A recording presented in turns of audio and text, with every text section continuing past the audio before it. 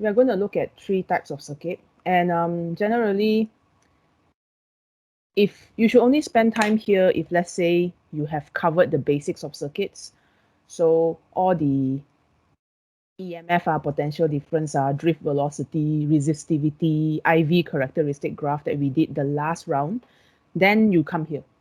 So here you don't expect many marks, maybe 2 to 3 MCQ, or 2 to 4 marks, or no marks at all. Maybe they just give you very easy circuits, yay, as a gift. So P2. Okay, so for this advanced DC circuit, what we'll look at is, number one, I'm going to talk about Kirchhoff's law. And Kirchhoff's law, which I will never be able to spell correctly. So normally I'll just write in such a way where you can't really tell the spelling. That's my hack. So Kirchhoff's 2 law. All right. If you know the law, you also need to know how to use it. And the second one, we are going to see how Kirchhoff's law is applied in potential dividers. But Kirchhoff's law is just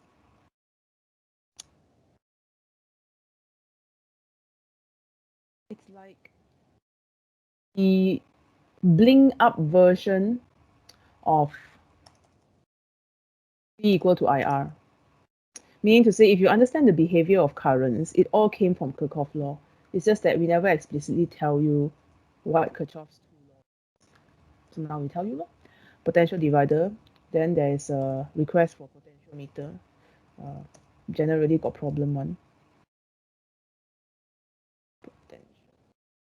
Okay, my brain is coming back online. And we will look at all the bridges. So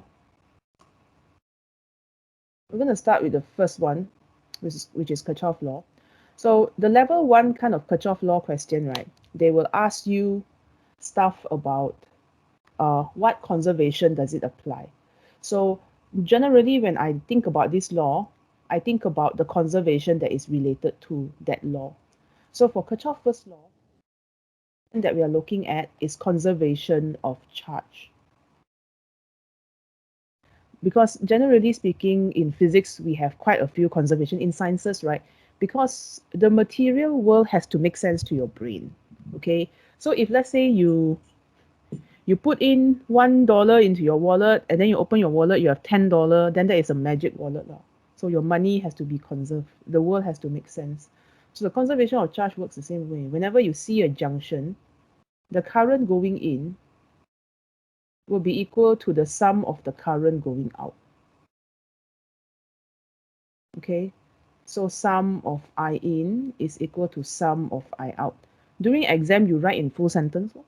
Okay, the sum of the current going in is equal to the sum of the current going out in a junction. Refer to your notes if you are confused about the sentence. Okay, so the way we will write this is I1 is equal to I2 plus I3. It can be any number of current. It can be any branches, any level of branches, can be 3, 4, 10, doesn't matter. We have used this in review session 1 for the parallel circuit. Okay, all right, the second one about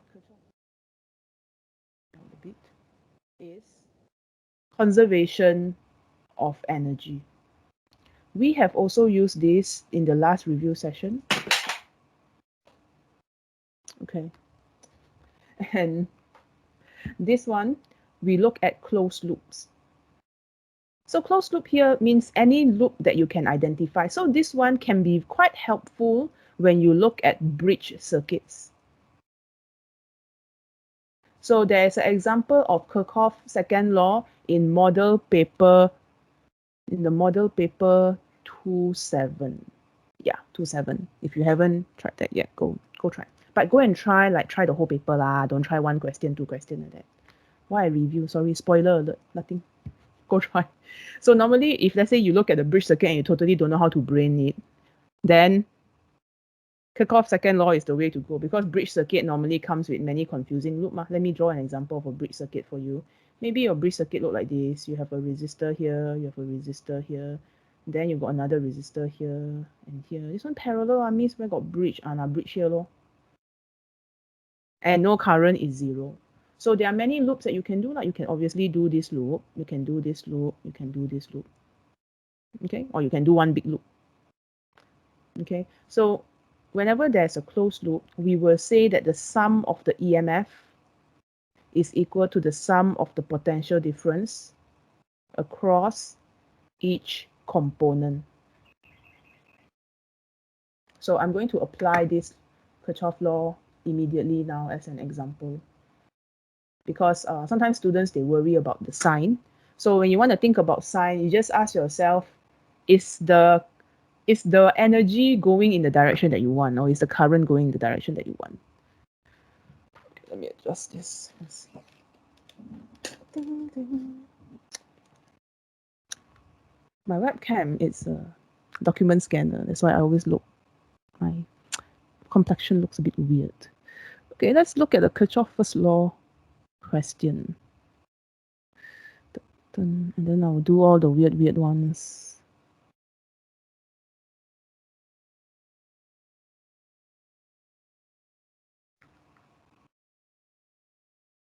So the only time where Kirchhoff first law will come out in paper 2 is when they already give you enough information for you to solve the circuit without needing to use something like simultaneous equation. We will try to advise against doing so, because that would take you too much time for a short paper.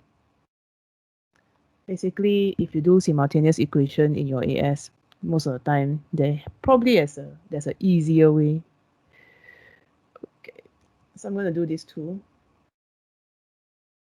If we have discussed this in our class a few months ago and you remember, good law, because I don't even remember whether I discussed it or not. Okay, so what I mean by they just want to see whether you know how to use the law, question will look like this. And 17 paper 2-1. Look at the size. Okay, can. So here we have something that looks a bit stressful, because you see so many things and so many unknown. But if you look at it, the only thing that they want from you is to state an equation. So you can just state the equation in terms of your I1, I2, I3, and R1, R2, R3, R4. So now it's time to loop. Okay, so I have used or tend to use a highlighter when I teach because it's easier for you to see. But unfortunately, during exam, you don't have highlighter, right? So now I will not use highlighter for your brain. Okay, so we got to choose a loop. But before that, it says equation with just current. So if the equation is just current, then this is Kirchhoff's first law. First law is the one that relates to current, right? So I choose a junction, and maybe I choose junction Y. Okay, so if I look at the current here, this is I3. I3 will continue the journey from here, passing through R4. So this is I3. Okay, so in fact, I3 will probably come from here. This entire branch belongs to I3. So if I'm using pencil, I'll make sure that I use different shading. Okay, then there's I1 here. So this is the resistor that passes through I1, I1, I1. Okay, so I1 takes this loop. Okay, and the other loop will be I2. So I2 is here. So this one would be I2. Can move. So if you look at the flow of the current, right, the current will enter this junction and split into two. It splits into I2 and I1. So I can say that I3 is actually equal to I2 plus I1. Okay. Well, we work with the tools that we have. So just, this one needs a bit of imagination if you need it. Current is going to flow like this. Reach Y, split into two. Some go here, some go here. And then reach here and combine again. Okay, so if you check out the junction W, you have I2 going in, you have I1 going in, and then you have I3 going out. So I3 is still I1 plus I2, no problem. Okay, next. All these expression in the loop W, X, Y, Z, W. Where is W, X, Y, Z, W? So W, X, Y, Z. So this big loop. If they ask you to loop in that direction, you follow lor. So you're going to loop this way.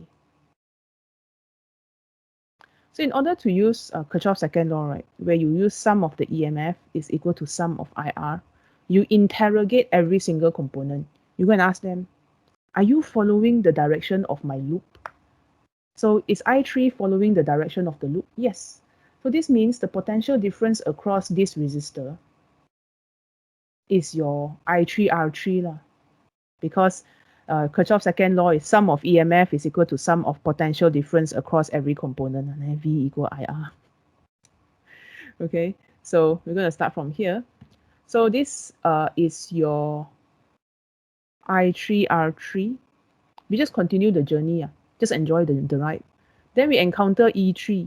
E3 also wants current to flow in the same direction, so they are on the same page. It's okay. You carry on, and then you will reach R4. The current through R4 is still I3, but it's still flowing in the same direction that we like. So I3 R4 plus, and then you continue down this journey here, because we're taking the outside loop. This will be I1 R1. So all these current are flowing in the same direction of the loop. So this is how you assign the signs. So this I1, I2, I3. So I3, I1, same direction as the loop drawn. Okay. Down here, I1, there's nothing. Oh, we have E1 though. E1 also wants current to flow in the same direction. So everybody is feeling very positive in this equation, plus E1. Okay. And again, this positive sign shows us that the EMF, both EMF, E1 and E3 will assist or allow current to flow in the direction of the loop.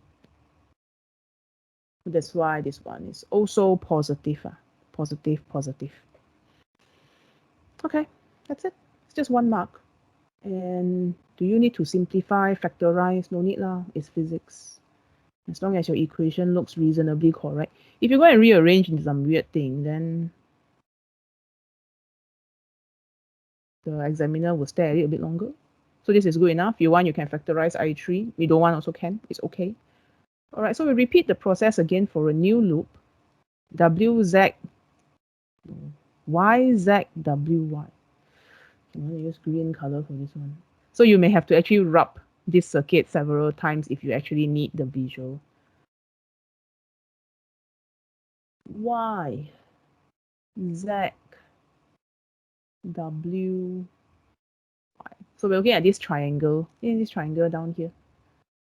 Okay, so we are looping this way.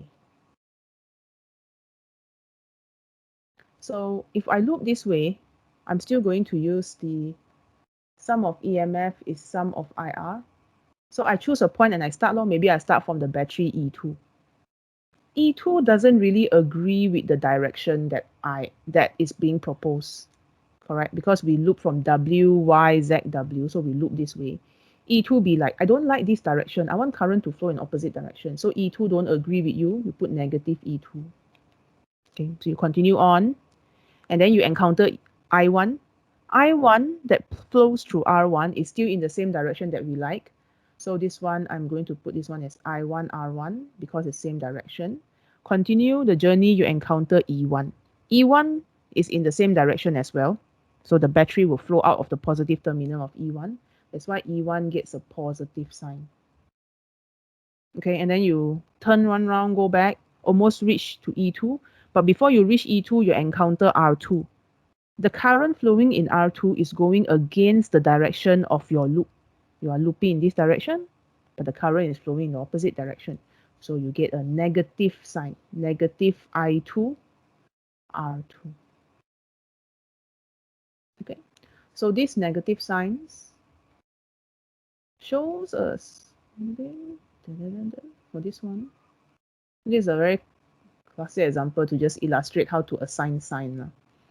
So this negative sign shows you that the EMF of the cell, or basically just E2, opposes the direction of the loop, and I2 is in opposite direction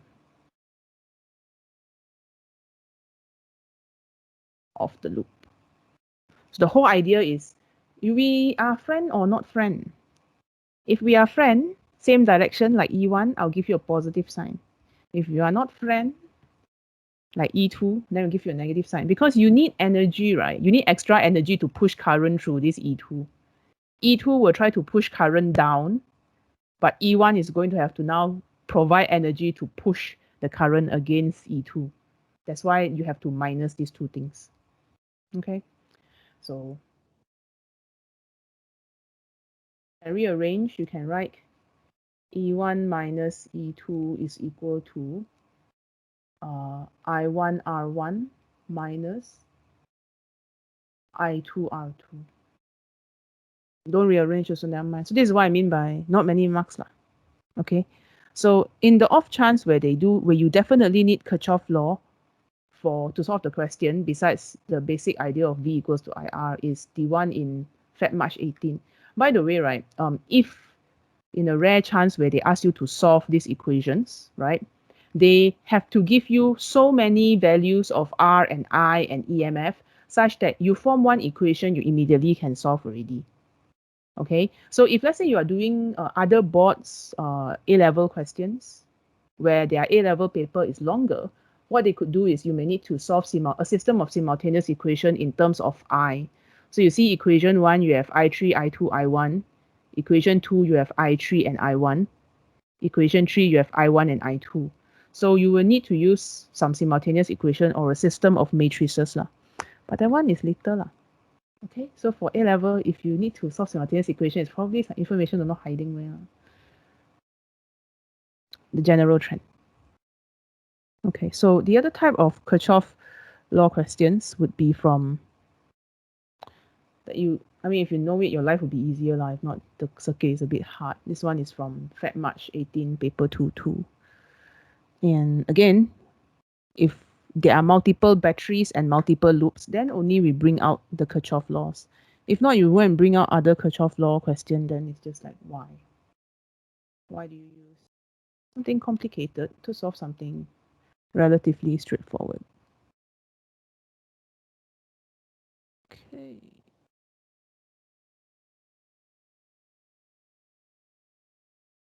And as usual, if you want to see circuits that lecturers have set or modified from, they are in the model paper series. Past year, I didn't modify anything yet. Okay. So state Kirchhoff's second law. Why is it 2 marks? So it's generally, if you want to score as high marks as possible, it's good to know where the marks are. So for Kirchhoff's second law, when you say sum of EMF is equal to sum of PD, it's marked. Okay. And then you would also mention something about the idea of you taking the sum of EMF and sum of PD around a closed loop. Okay, so I will immediately just give you the mark scheme.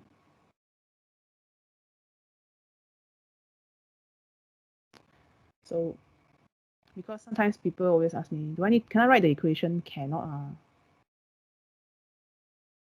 So your equation, at most, you will say equal to. So you see the word sum is underlined. So you have to mention the word sum. So I'll just write the whole sentence. Sum of the EMF is equal to the sum of potential difference across every component in a closed loop. Okay.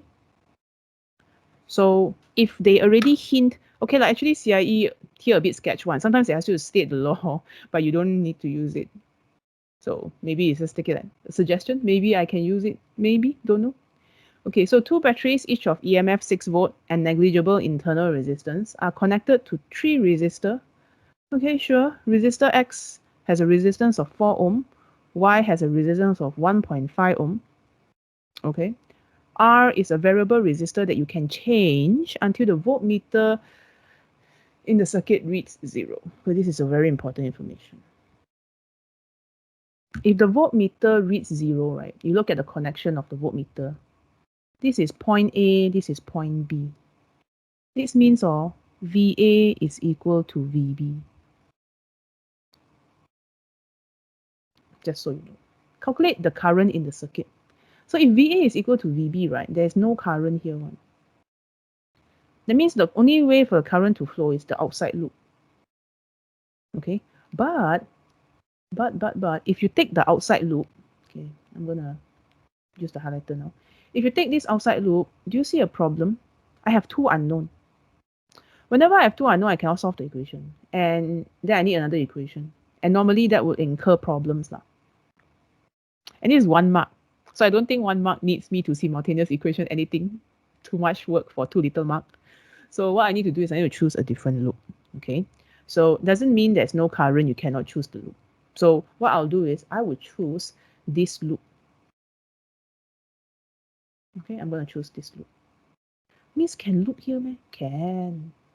Your current here is I1 ma, or I, sorry. This current here is I. This is the direction of current flow, that's all. No more already. Then what about the voltmeter? Voltmeter got no current, so no potential difference. So VA equal to VB, meaning VAB is 0. So when you loop in this closed small loop, right, when you loop here, there is no potential difference across the battery. So what you do when you sum of EMF is sum of IR is you only have this battery, and let's say I loop following the direction of the battery, this will be 6. Okay, and the current is I times 4. Whatever, I mean, sure, you can plus VAB, but VAB is 0. Okay, so from here, I is equal to 1.5 ampere. Right? So, of course, you may not loop in this direction. I like to follow direction of battery because I don't like negative sign. You loop opposite direction, then what you will get is -6 is equal to negative I4, which is the same answer. Okay, so that is part 1. I'm gonna here. Next, the resistance of R. Well, time for us to loop elsewhere. So this current is 1.5 ampere. If you want to loop elsewhere, you could take the blue color loop, the big one, because we already have I, so that's not a problem. Okay, let's do that. Let's loop in this direction.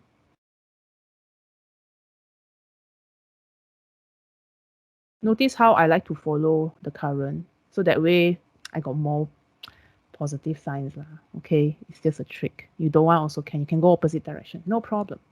Okay, so I'm going to loop outside because outside would include R, and R can, and I want to find R.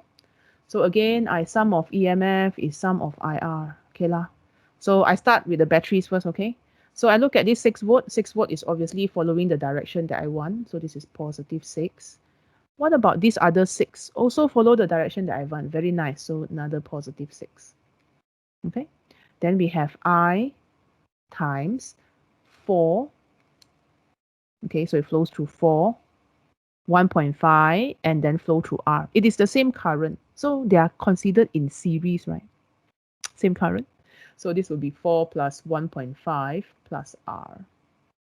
So you will get 12 is equal to, we have I, which is 1.5. And then this will be 5.5 plus R. Then you can find your R. Your R would be 2.5 ohm. This is just a slightly hyped up version of your V equal to IR. You have more than one battery. So you look carefully lah. So this is the only time where you actually need it. Not that you cannot solve it, but if you use this, it is a bit easier on the brain.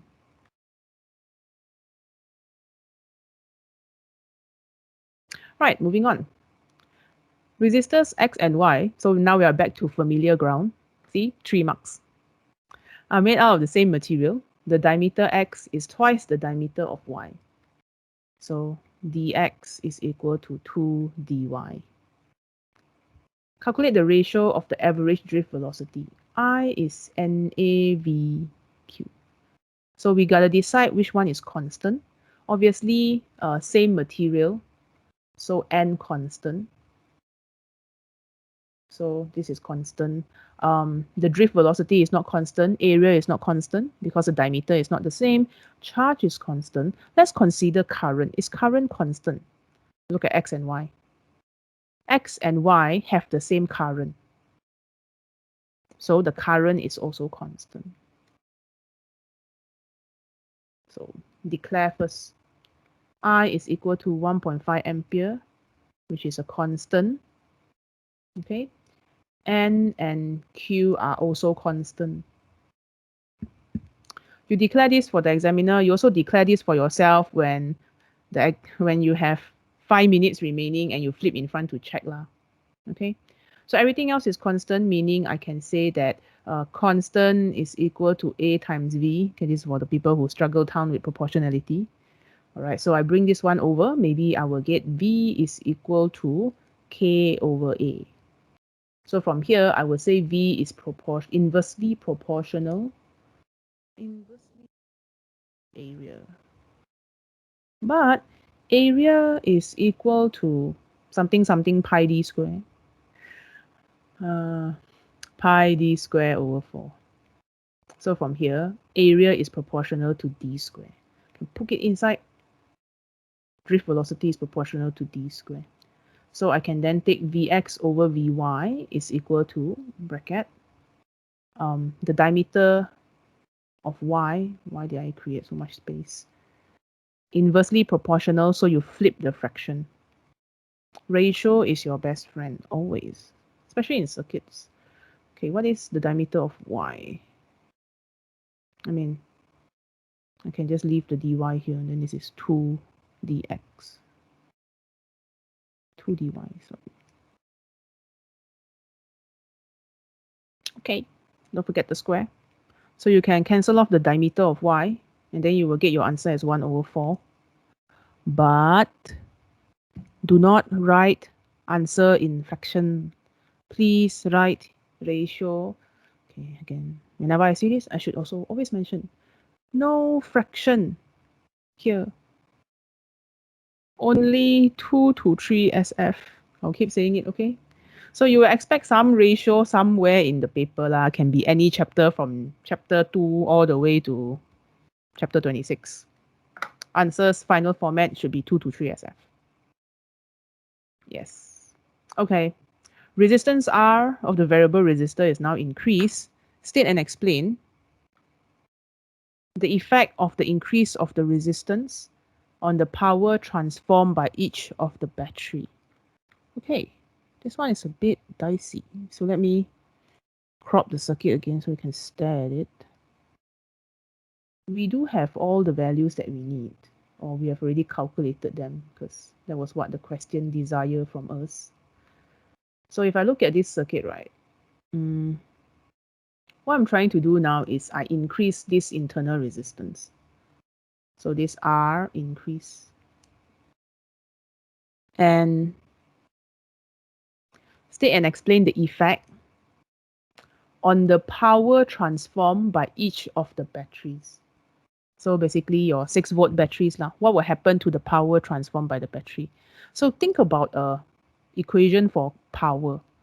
So power transformed in the battery, right? We will use EI. This one is in the battery. Okay. So I know the EMF is fixed, right? I can't change this 6-volt.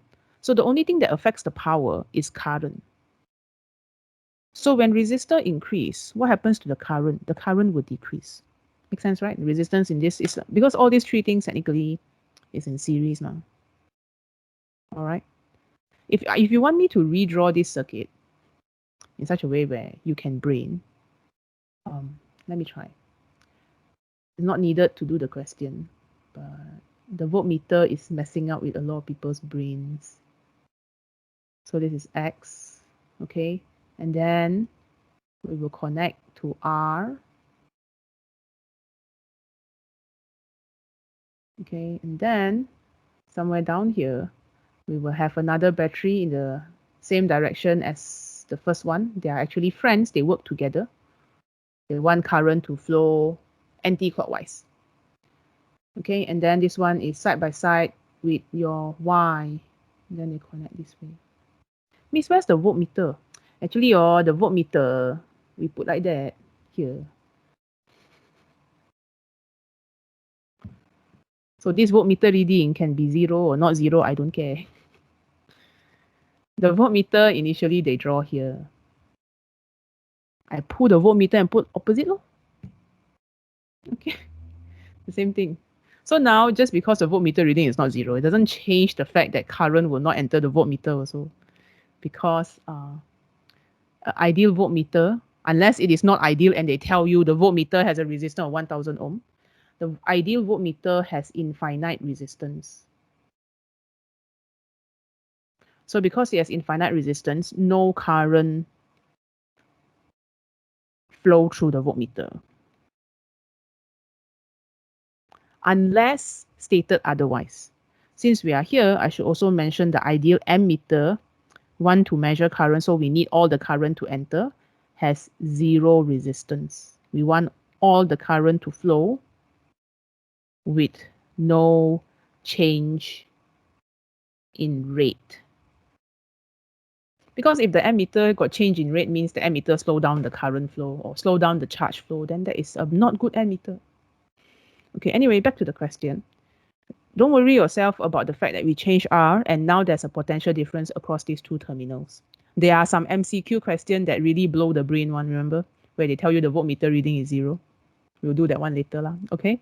So it's the same idea. Current will still stick to the outside loop. So the only thing you need to concern yourself about is these 3 resistors are technically speaking in series because your current will flow like that, like that, like that, like that. Okay, so this is the part of your current. So if you increase one of these resistors, you will you will decrease the current flow. So I will say total resistance of the circuit increases. And because of this, the current through the battery decreases. Since P is equal to EI for the battery, power transform decreases as well. Okay, so 1 mark each.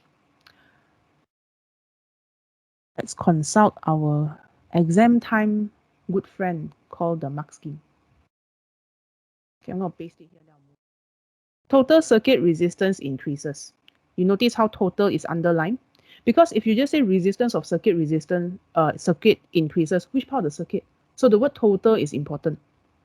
Okay, so the easiest one to say is current decreases lah. Or you can say power is proportional to current or power is proportional to 1 over total resistance. This one is a bit of a headache. Okay, and then after that you mention that the power decreases. So this is more than enough. So please be very aware about things like total resistance. And I think if I'm writing the mark scheme, I want to tighten it just a little bit. I will also say that it must be current through the battery. Although this is a bit redundant because there's only one path for the current to flow. But this will be very important if there is multiple pathways for the current to flow. So when you say current, which current if there's more than one? This one only got one, so no need. If they say if you say resistance, is it a total resistance? Is it the resistance between 2 points? Is it the resistance across a branch? Don't know. So be very specific. Okay, so this is the Kirchhoff law. If you look at this question, if you count the marks, right? These 5 marks, you don't really need Kirchhoff law, correct? And you don't need these 2 values to solve the 5 marks. So it's 3 marks where you need to use Kirchhoff law. and 5 marks where you don't need to use Kirchhoff law and you don't need to know anything in front. So please don't leave the question empty just because you don't know how to do this and then you just sit here and feel sad. Maybe this one can do that. Okay, because you know the idea of the current is the same. If you just don't know, then just assume it's the same law. Didn't say anything about the current, ma. Then you got lucky. But hopefully you know why they are the same lah. Don't leave circuit empty, especially the explained ones. Just write something lah. Maybe things would be lucky. Okay. I'm gonna move on to the potential divider.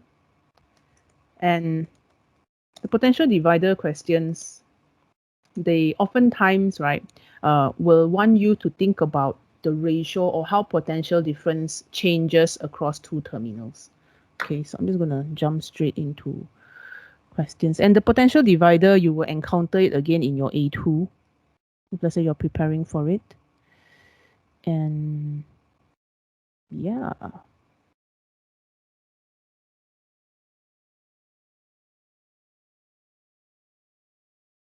Anyway, as you look through your circuits, just think, is there any? Ah, yeah, I found that one now. Okay, I gotta park this somewhere to discuss later.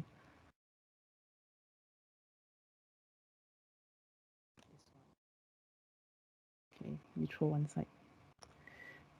This is ON19 paper 12. Anyway, we go to the potential divider first. Don't worry, we'll come back.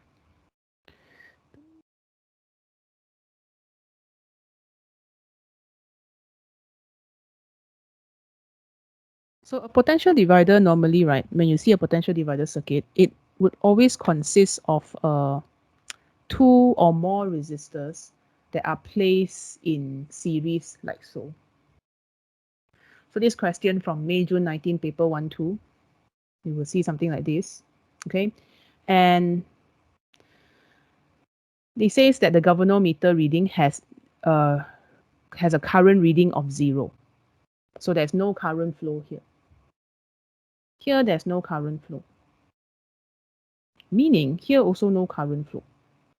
If you don't want current to flow, this is VA, and then let's say this is VB. VA must be equal to VB. Let's say this point here is VP. Let's say this is VQ. VP also equal to VQ. And then if we use logic, right? If let's say you think about it, if this 2 point is the same and this 2 point is the same, then I can say that this difference will be the same as this potential difference, the EMF of battery X. So you think about a number line, and then you think, so one number line is from A, so this is A, and then the potential will drop to P. Think about another number line from B, and then eventually it will drop to Q.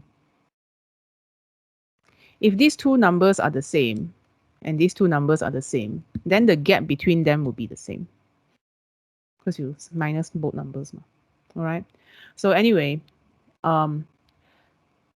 I want to find Vx, I will find the potential difference across here.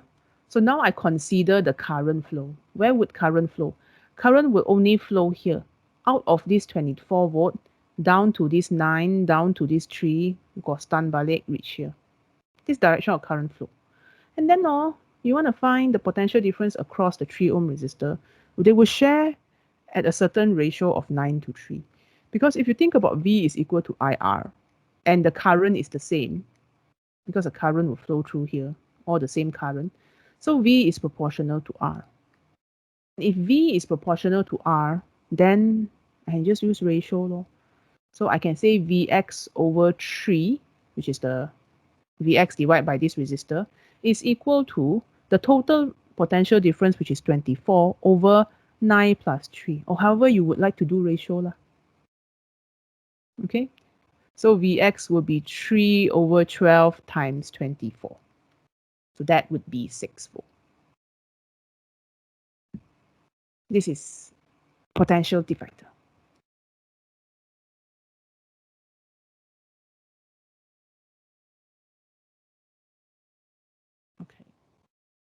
probably do a few different type ones. This one, it's pretty similar.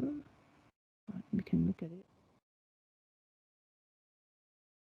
This is from FM19 paper 12. So if you have the part set, you can follow along. So for this one, you have 2 resistor and then component Y like that. You got 6 volt. Okay, sure. Potential difference of the bottom wire is 0. Current in component Y is negligible. So component Y can be anything lah. Okay, don't care. Electric potential at junction X. Okay, once again, we ratio. But now very easy one, 60 kilo ohm, right? So this one will be 1 volt, and then this one will be 5 volt, because 1 plus 5 is 6. Can? Series, ma? The current will flow this way. So that's why they say no current enter component Y, because if current enter component Y, we cannot use the ratio anymore. Okay, so is this 1 volt or 5 volt? You think about climbing staircase law. So when your current flows through here, the energy is fully charged 6 volt, which is 6 joule per coulomb. Passes through this one, some energy is dissipated as heat. So what is left behind here is 5 volt, because this resistor, smaller resistor, will demand a smaller voltage. So this resistor demands the current to pay up an energy of 1 joule for every coulomb. Okay, and then after that you continue here. This one, more heat dissipated, and because this is you use up all the 5 volt, here will be 0 volt. So the answer would be this one is 5. Okay, so think of again energy conservation. Okay, there are some questions in the chat. If the loop between the voltmeter and X, if the right EMF change to 8 volt, no change in current. Talking about this one. This one. What are you talking about? Why will you change this to 8? Which question are we talking about? This one? If you change this to 8 volt, it doesn't matter. The total current is still going to drop. The total current is still going to drop. Drop less lah, but still drop.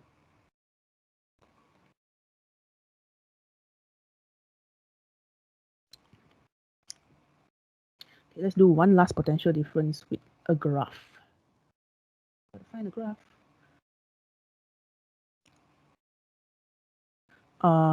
Definitely there will be a potential divider question in MCQ. Paper 2 a bit rare. Paper 2 they prefer to ask you to answer a bunch of ratio stuff, but can. If they're feeling anomalous, can tell you what to do lah. When you do circuit, you just scroll lah. You see which circuit look a bit K-ing one, then you just do.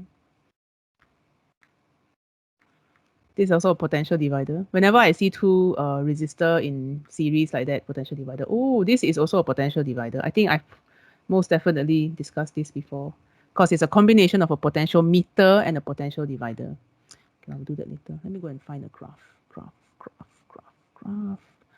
Where is... Okay, there we go. This is a graph. Please don't memorize the graph, okay? They can put a voltmeter and connect it however they want. If you don't understand, then cannot now.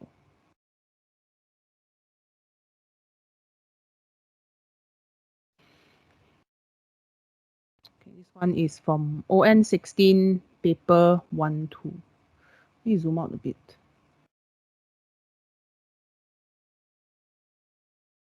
Okay or not? Even if I increase one of the EMF, back to the question from the chat, it ain't going to change, because I mean the trend is the same. The absolute values will change lah, but the trend is still the same. So you will still expect the power to decrease, but it will decrease by a different number.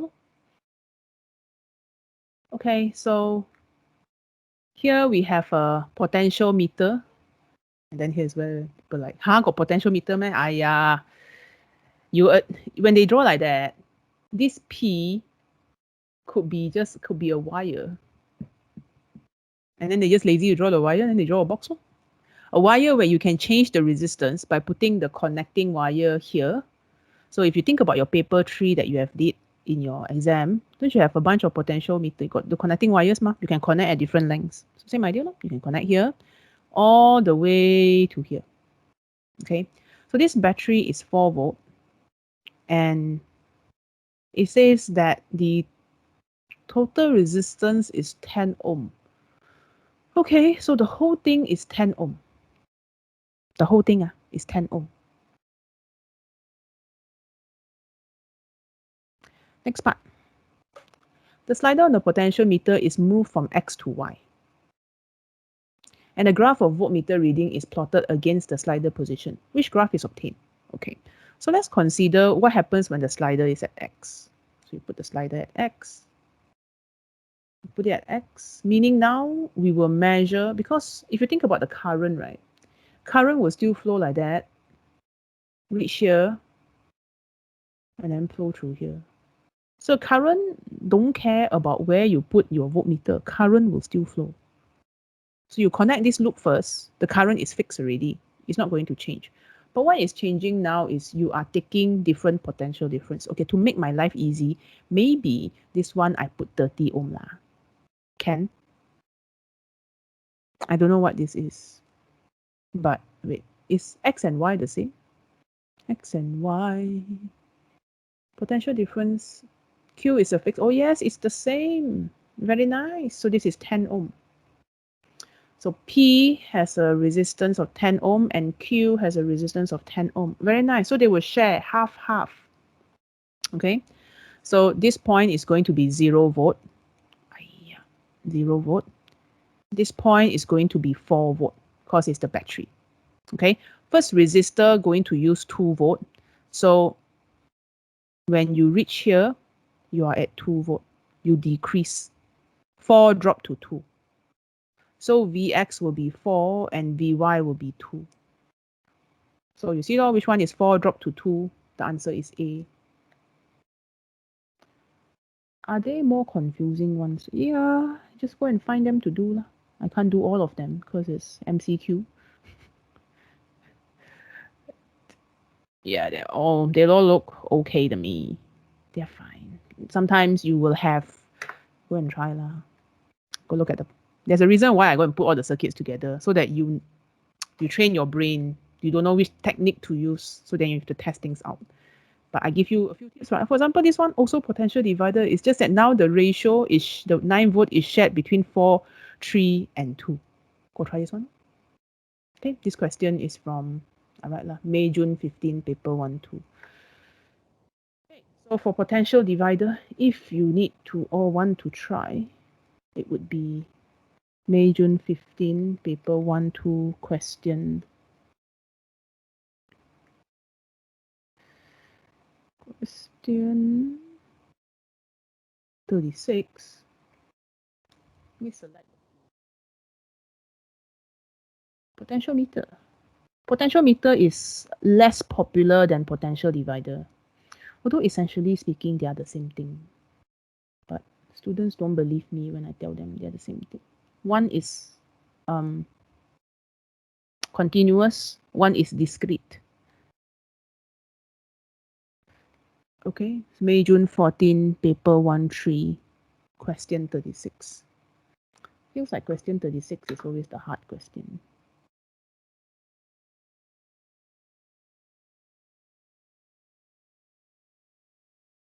Yes, this one, there's a graph, ON13, paper 1-3, question 37.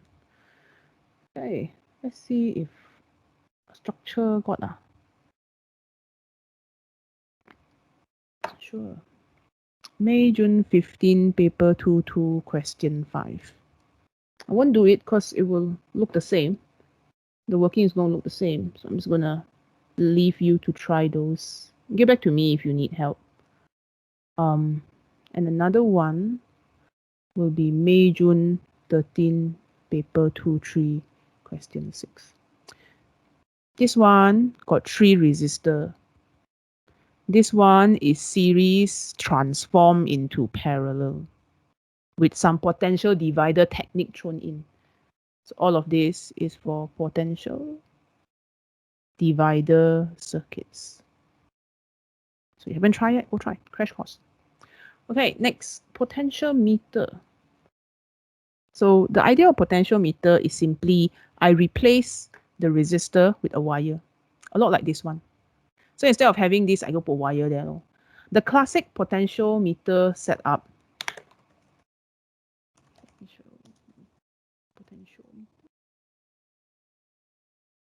Setup is something hasn't come up in a while since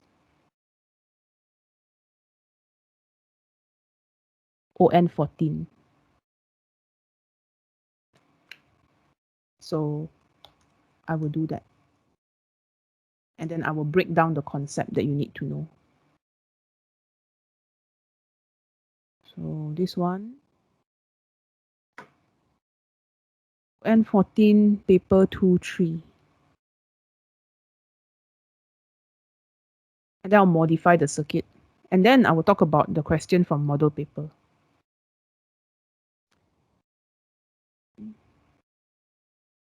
So if you're somewhat unlucky and you didn't do the complicated circuit, okay lah, this one will be a bit of a savage blow to the morale. But you still won't get 0, okay? Because the first part, they ask you to show the resistance of the wire is 4 ohm, giving you dimensions such as length, diameter, and resistivity. So you use the equation R is rho L over A, and then please change everything to SI, okay? This one you SI kan, this one you SI kan, -3 square. Okay, this one no need to SI. Okay, so you do lah. I will just take 4 ohm. Okay, so now this wire BD is connected to the cell. So oftentimes people, the confusion with potentiometer, because they don't know what is happening here, because they see this circuit drawing, then they panic now. But then, okay, let me redraw the circuit for you. The ability to reimagine circuit is important. We did really complicated circuits just now. Or rather, I did and you saw, you watch. Hopefully you also going through a thinking process. But essentially speaking, right, it's just that now I have a resistor here. It's called BD. Then I got another wire here. So the only difference now is this BD is replaced with a wire that I can adjust the length. You know, I can adjust the length, can put the length wherever I want. Which is very similar to this one. I can put here, I get 4 volt. I put down here, I get 2 volt. If I can put in the middle, I will get 3 volt. So basically, if I think about all the possible position to put here to here, you can see from X to Y is a continuous decrease. Okay, and then of course after that, if let's say your Q is a small resistor, the yellow color one that looks like a tiny peanut that you cannot change, then you just after this you just drop. So this is a discrete resistance. It's only 10 or 0 ohm. This one is a continuous resistance. It's 10 to 9.9 to 9.8 all the way to 0. That's why you get a continuous line. So it's the same thing here. If I put the wire here, it just means that instead of a resistor, it's a resistor that I can change, right? And oftentimes when we change, we will change until the current in the bottom cell is 0. So normally we will put a galvanometer here or a voltmeter here or an ammeter here, and then we adjust until current is 0. We have encountered this idea before, right? Current 0. Scroll back. This one current 0. Meaning if there's current 0, that means the potential is the same. The V is the same. Another one for 0 current would be this one. See? Current 0, potential is the same. So the whole idea of condition for current flow, right, is that if you want current to go anywhere, the potential difference have to be different. So if let's say I have a ball on my table, the ball is not going to go anywhere until I tilt the table. When I tilt the table, let's say I tilt it this way, I lift up my table. What is going on is I increase the gravitational potential on one side. Now the gravitational potential at A and B is the same, then the ball is here, nowhere to go. If now I increase the potential at B, then the ball will begin to roll down. High gravitational potential to low gravitational potential. Same idea. We need a potential difference for current to flow. So if there's no current flowing, then I can say that we are closed for business. We are closed for business. Okay. So same thing like this one. If it is closed, I tell you what, to stop scrolling, I'm just gonna just many work of scrolling.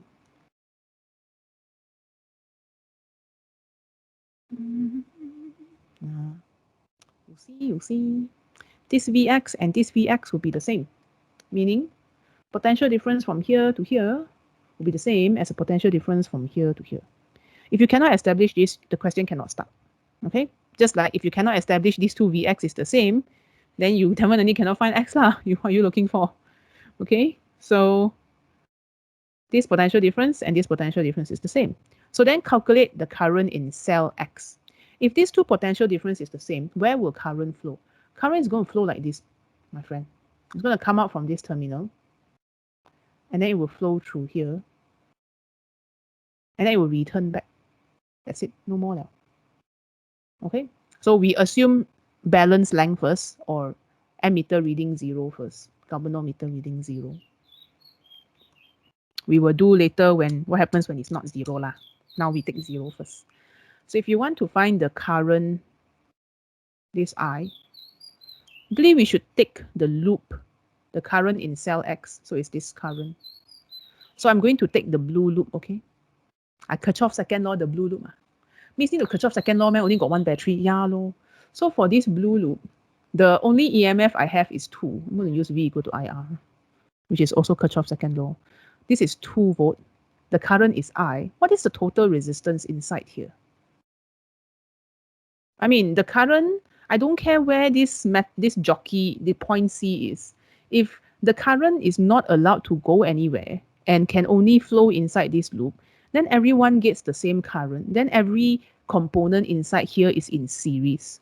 So your 1 ohm is in series with your 4 ohm wire BD. So 1 plus 4.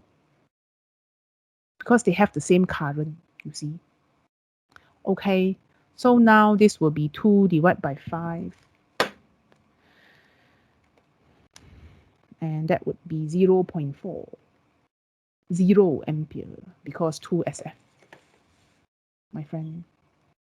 How many times lose mark liao? Because of the 2 SF thing. Okay, 0.40. See, much easier than Kirchhoff, right? Potential difference across wire BD. Well, it must be the same. Well, BC is the same as 1.5. But if you think about sharing the potential, you can use V equal to IR again, right? Because the current flowing from B to D is still the same current. So 1 mark only is V equal to IR, but this one is for the wire BD. So the current is 0.40 and the resistance of BD is 4. So it's 1.6 ohm. At this point, you can check your answer because I can use potential divider. Okay, so I can say the potential of BD over 4 ohm, because V is proportional to R, is equal to the total potential, which is 2, divided by the total resistance, which is 1 plus 4. So you will see VBD is now 2 over 5, which is the current 0.40 times 4, 1.6. Same. Have to be the same. Okay, distance L. Well, time to use ratio. BD is 1.6. Why did I put ohm here? Volt. 1.6 volt. Is there the length of the wire? Oh yes, there is 100 cm. So 1.6 volt is the same as 100 cm. Since I know that the wire is uniform, so the drop in potential is uniform, then BC must be 1.5 volt because BC is equal to cell Y. There. The potential difference of cell Y is equal to BC. 1.5 volt. I use ratio again, no? You want to find L. This is what I mean by use your ratio. Okay. So potentiometer is not hard if you can hack it. And the way of thinking it through is that we are able to adjust a continuous variable, which is the resistance, until there's no current flow. And we want that key point lah. Okay, so L is equal to 1.5 over 1.6 times 100 cm. And that would give me 93.75 cm. You want to write 93.4 also can. You want to write 94 also can. Next, connection C is move. So that L increase. Okay. Let me crop the circuit again. Okay, let's talk about what happens if the blanks are not balanced, which is kind of related to question from MP22. Okay, so we're going to move so that L is increased. Okay, we do that one first. Okay, right now, let's consider both batteries. Battery 1. This one's agenda is for current to flow like this. Right? This is what this battery wants. And also for current to flow like this. So this is what the 2-volt cell wants. You want the current to flow this way. What does the other battery want? Do you think the other battery want the same thing? You look at it also, you know, no, right? This battery is like, hey, hello, excuse me. Why are you forcing the current to go against my terminals? This battery be like, hello, I want the current to flow like this, please, thanks. So this battery wants current to flow this way. So if you look at this part, they are essentially fighting. And current is 0 when they cancel out. Of course, you may be asking me, Miss, what happened to the other side? Okay, fine. I show the other side. Now, this one, no problem, because the current memang really will flow this way, no problem. Just like this part, there's no dispute. The dispute doesn't happen here at all because the current is still going to flow in the original direction. So this one's going to go like this. Like this. So the only issue is here, or specifically through the cell Y. Cell Y is like, excuse, I would like the current to go to the left. And then the 2-volt battery cell X is like, no, current go to the right. So they fight lor. And the voltmeter reading, let's say you put a voltmeter or a galvanometer or an ammeter here. The ammeter reading is 0 when these two things are equal. They cancel out.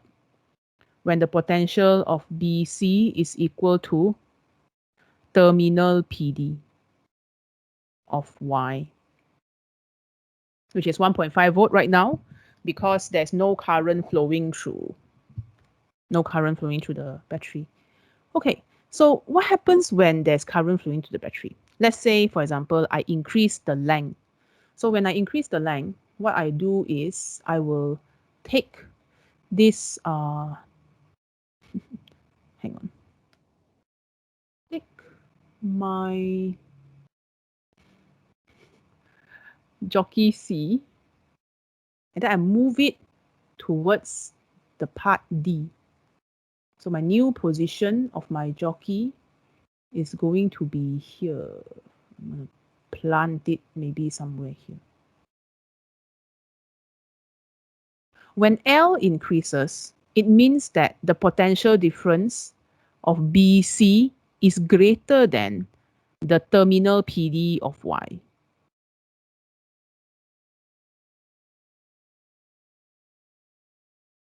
So this means to tell me that now the current is able to flow through cell Y. If the current can flow through cell Y has a trap here called internal resistance. The internal resistance will actually use up part of the potential difference. Okay?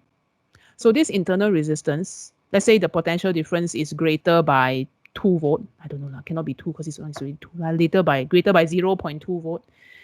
Part of it will be shared and has to be shared with this one. So this is why the current is, this is why the EMF of the cell is less than the terminal PD. Because there's this one. If let's say there's no internal resistance, then the EMF of the cell will be the same as terminal PD. But there's internal resistance, to use internal resistance, current will flow this way. If you want current to flow in favor of the direction of cell Y that currently feels like the underdog, then what you need to do is to push the connection C closer and decrease the length L. So in this case, L decrease, the potential difference of BC will decrease to be less than terminal PD. But the same thing will still apply. For both cases, as long as there is current flow, don't care which resistor, don't care which direction current flow, right? It will still use up your energy. Since current flow in the cell Y, due to internal resistance, there is lost volts. And because of this, the terminal PD is no longer not the same as your 1.5 volt, your EMF. So it really doesn't matter whether you make it longer or make it shorter. Blame the internal resistance whenever we don't get the terminal potential that we need. Okay. Hiya, like that lor. So actually this question, if you didn't study the potentiometer, you can only maybe get the first 3 marks. I guess you could figure your way out of it, but it would require some form of big brain lah. So it's going to be a bit challenging if you've never encountered it before. But this was the last time where the circuit looks like this. Look, I don't know. CAIE also have a tendency of repeating question every 4 to 6 years. So the teachers are like, okay lah, long time never see, won't come out already. Then suddenly, ta-da! Plot twist. Just do enough past year and then level up your skills.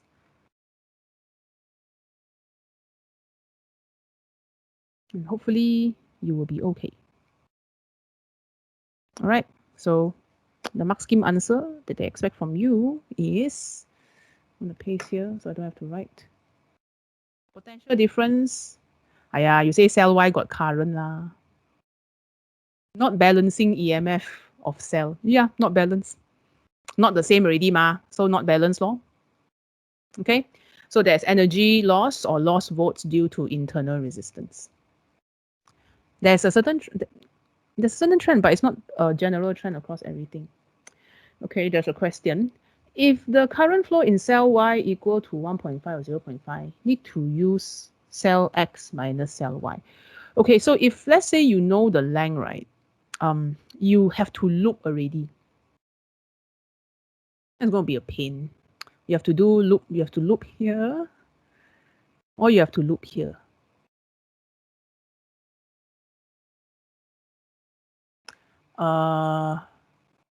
Yeah, you will have to loop current. So the problem here is that this is a junction, so the current will split into 2. So let's say this is I1, then this will be I2, then this is I3. You have to treat it accordingly. You Kirchhoff law everything. There's a loop here, there's a loop here. You can also take the outside loop. Like for this one, let's say this is I1, and then let's say this is I3. Now here, this one will be I2. So if you look at the junction, the Kirchhoff first law format will look different. This one is I1 plus I3 is I2. This one will be I1 is I2 plus I3. So use Kirchhoff laws. Basically, whenever the circuit is not balanced already, if it's a conceptual discussion like this one, oh, what happened if we increase length? What happened if we decrease length? Then you don't need to use Kirchhoff law. You can use the concept to solve the problem. But if they specifically say calculate the current through the cell Y when the length BC is increased to 45 cm, example, or some length, then you have to use Kirchhoff law already. And that one is such a big brain question because then you will have to chop your potential divider into two. Okay, so hope that answers your question. Redraw the circuit. Okay, I want to look at the question that was requested from the chat. You will continue asking lah. This one is from model paper 22. If you don't have access to the model paper, ask your friend, check the Teams group. I put everything in one folder already, okay? So if you cannot find it, just go look at the folder. MP22 question 6b. I got this question from a random paper I found from Singapore. So whenever you see a weird question, it's modified from Singapore. Because Singapore people ask good questions. They are quite the big brain country.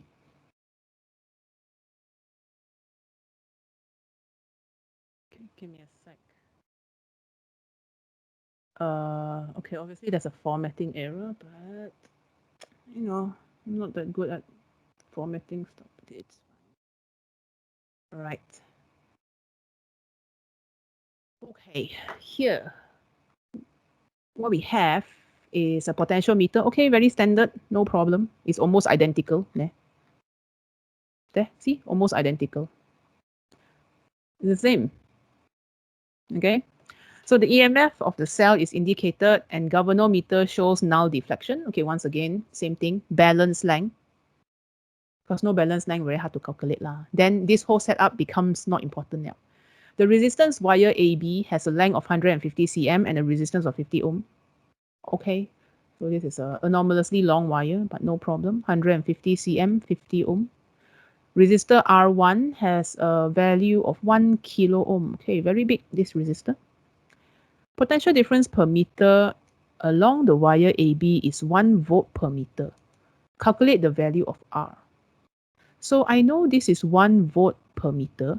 So for 1.5 meter, this should be 1.5 volt, right? So I know VAB will be 1.5 volt. So here to here is 1.5 volt. Meaning here to here will be 0.5 volt. Conservation of energy. Sum of EMF is sum of PD. So EMF is 2, PD is 1.5 plus 0.5. So in order to find the value of R, okay, I guess you could just find the current. I mean, there are so many ways to do this. So I can use V equal to IR. But this one for wire AB first. I do the small brain method. 1.5 volt is equal to I times 50 ohm. I find the current. Current is 1.5 over 50. Once I find the current, I can V equal to IR again for the whole circuit, for this whole thing. Because why balance length? Current only flow in this yellow color circuit. It's not going to go anywhere else. This is your I. It's the same I through here, and it will be the same I through here. So I can use resistor R, I can use the whole circuit. Okay, let's say I use resistor R. So the potential difference is 2 minus 1.5. The current is 1.5 over 50, and the resistor R is what you are looking for. Okay, so 25 over 1.5 is R. That would be 16.66666. Oh yeah, 16.7. Again, don't leave your answer in fraction, please. I know it's nicer to leave in fraction. It is exact value, but in physics, we care about SF, not exact value. This is not pure maths. Okay. There are many ways to solve this lah. If you're not sure whether your method okay or not, you ask lah. But I can use V equal to IR for the whole circuit. I can use V equal to IR for resistor R. I can use it for AB. Okay, next. State the direction of current flow between A and C when the jockey is shifted to the right. Oh, exactly the kind of question that I would ask. You move the jockey to the right. So now the length is bigger. Let's say this J is jockey lah. So if you move it to the right, VAJ increase. So the potential up here become bigger than the potential down here. Remember, it is this one versus this one. So if BC is bigger than terminal, then the current will flow from BC to battery. Okay? So same thing. Now VAJ increase. So VAJ is bigger than VCD. And because of this, the current will flow like this. Okay. It says between A and C. Okay. Between A and C. So A to C. C to A to C. A to C. Or I guess you could say downwards. But A to C lah. Down.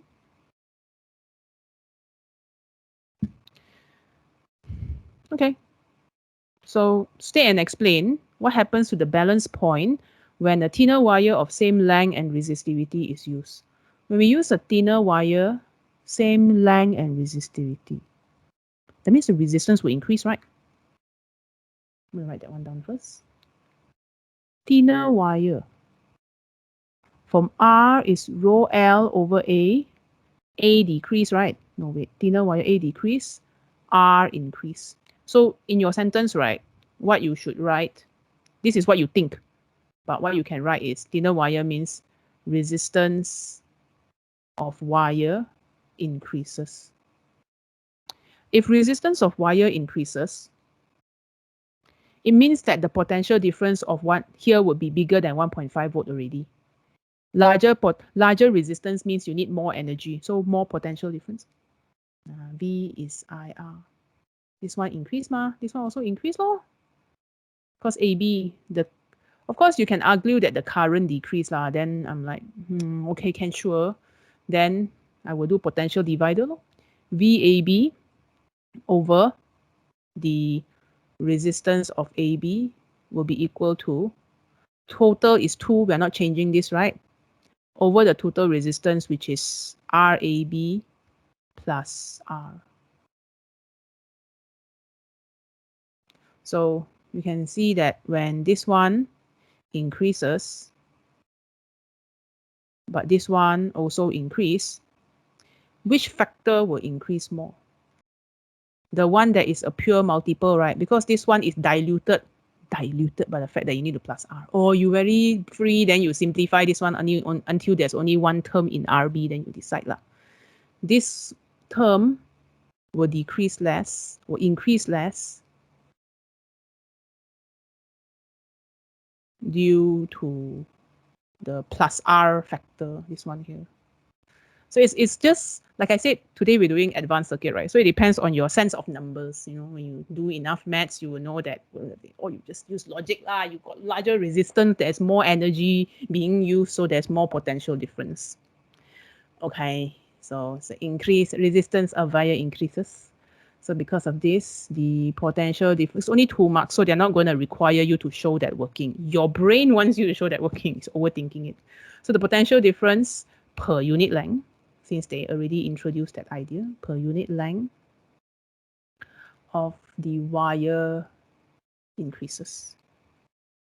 So because of this, the balance point, this one is to trap students one, point, not length.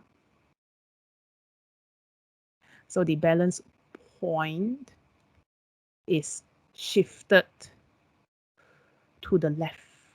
If they say balance length, then balance length decrease lah. Balance length decrease. But they're talking about point. Just to train students to read question. Shifted to the left to decrease the length.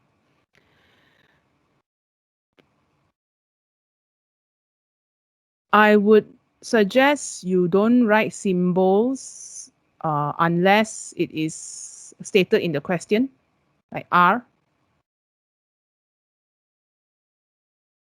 Because when you say R decrease like that, I will think that it is that R, not the wire. So do not recommend you use symbol unless the symbol is already defined in the question, or you yourself go and define the symbol, but you make sure it's not contradictory. So you write wire.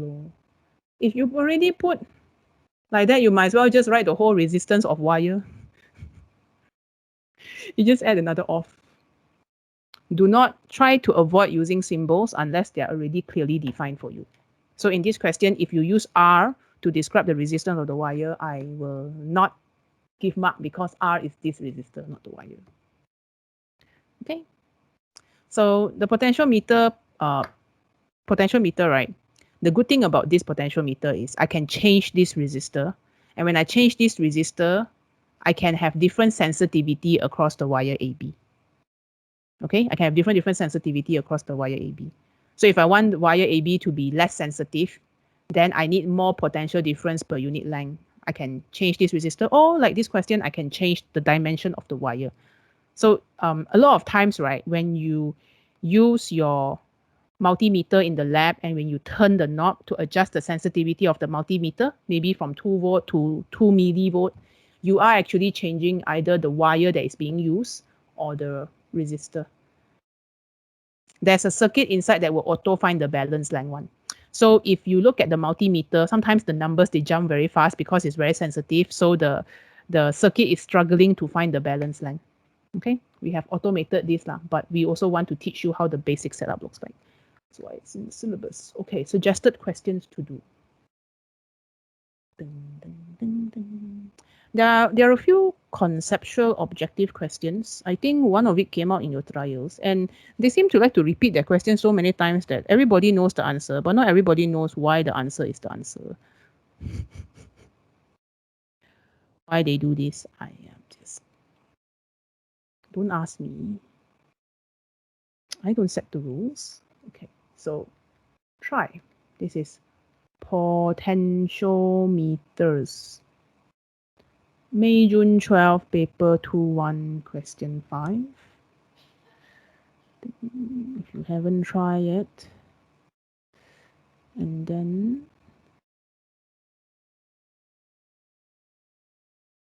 go do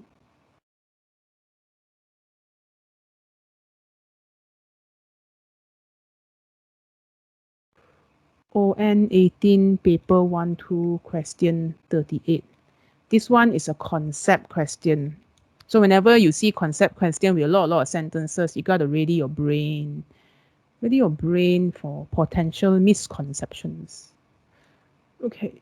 ON18 paper 11, question 38. And finally, the classical. Let me choose a few for you. Papers. I have probably already assigned this as homework way back in the day. If you haven't do yet, go do it. May, June 18, paper 11, question 36.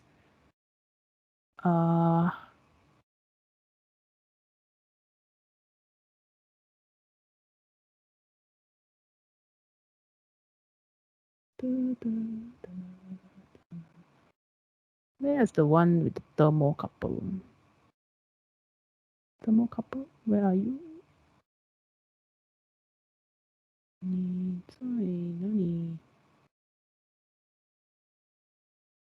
Okay.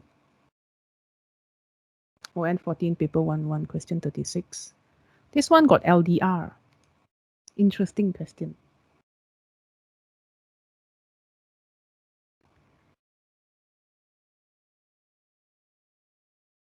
There we go. This one came out many times. I think it recently came out again, but they never modify this question. This is the thermocouple one, solar cell. Yeah, more than enough already. Go to objective or paper 2. Also, we are now down to the last type of circuit, which is the bridge circuit and the Dunn line. Okay, so last one, the bridge. Bridge circuits. Okay, I got a bridge here, which I saved because it was a very big brain question. I'm going to now bring it into the fold. Okay, so ON19 paper 1-2. This is very similar to Feb March 18 paper 2-2, the question that we discussed, the very first question today. Okay, so here it says that two cell with EMF E1, E2, internal resistance R1, R2, outside resistance R. This thing is series. Okay, so now what they did was they say that the terminal potential difference across cell 1 is 0. So this V is 0, this V here. So it's a lot like placing, okay, if I redraw the circuit so that it looks like that question. This is E1. This is R1, like this. Okay. And then on this side, we have E2, R2. Then down here, up there, doesn't really matter. You have R. Then we put the voltmeter here. Ding. Oh, miss. The same leh. Ah, yeah, lor. Okay, number one. Number two, the potential difference across the cell is 0. Which expression give the resistance of resistor R? Probably already discussed this in class because every year people will ask, but let's do this again. How? Potential difference is 0. So even if the potential difference is 0, and let's say I loop here, or no, I loop here, I loop here. The sum of EMF is sum of PD. So yellow loop. Sum of EMF is sum of PD. The EMF is E1, and the PD is, the current is, I'm just going to call this I, okay? Because everybody gets the same current. Okay, a current cannot enter voltmeter. Remember we discussed this before? So current will flow this way. It cannot enter the voltmeter. The same current. Okay, so we got E1 is equal to IR1. Okay, next, Miss, can Kirchhoff the blue loop? Can. Kirchhoff the blue loop, no? Okay, there's no current through the voltmeter, okay? So the voltmeter is just there to tell you that it's 0. It's there to complete the loop for you. If not, then you have no complete loops. So sum of EMF is sum of PD again for the blue loop. Sum of EMF here would be E1 plus E2. If you're wondering where am I looping, I will loop this way to follow the direction of current and follow the direction of the battery. So this will be I, R plus R1 plus R2. Okay, so now we are in the same conundrum again. We have two equations, and how do we do to organize them? Normally in MCQ, it's not that complicated. You just need to see, we want to find R. So we have to keep R in our equation. All right, so this is R, and we are maintaining R here. So if we keep R in our equation, then R1, R2, how? R1, R2 can stay because I look at all the options got R1, R2. E1, E2 also can stay. What needs to be eliminated is your I. This I need to go away because there's no I in the equation. In fact, the I put myself one, so maybe I rearrange. This will be E1 over R1. So now I have E1 plus E2 is equal to E1 over R1, R plus R1 plus R2. Okay, series circuit. Okay, time to do migration, mass migration. Okay, so I'm going to bring this one up to multiply. E1 R1 plus E2 R2, then divide by E1.